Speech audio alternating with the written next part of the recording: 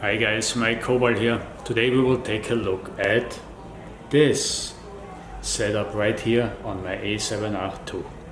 So this is the brand new Saramonic XLR audio adapter kit. If you are a Sony shooter, you will probably remember the Sony XLR cable and M adapter. Loved it.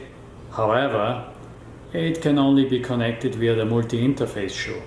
This box, on the other hand, plugs into your microphone input and can be used with all cameras that have one, which makes it a lot more useful.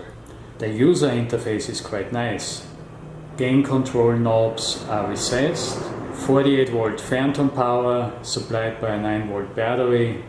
You also get plus 10 or plus 20 audio gain options for each channel. That will allow us to keep the camera amplifier at a low level and cut the hiss. There's also a low cut filter option for each channel. In addition to the microphone, you could mount a wireless lav system and feed that into channel 1 or channel 2. This unit feels very solid.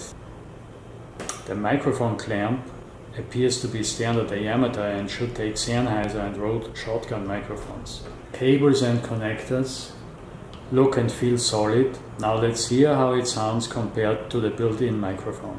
Power requirements: 9 volt battery, total harmonic distortion less than 0.01% at 1 kHz. Power requirements: 9 volt battery, total harmonic distortion less than 0.01% at 1 kHz.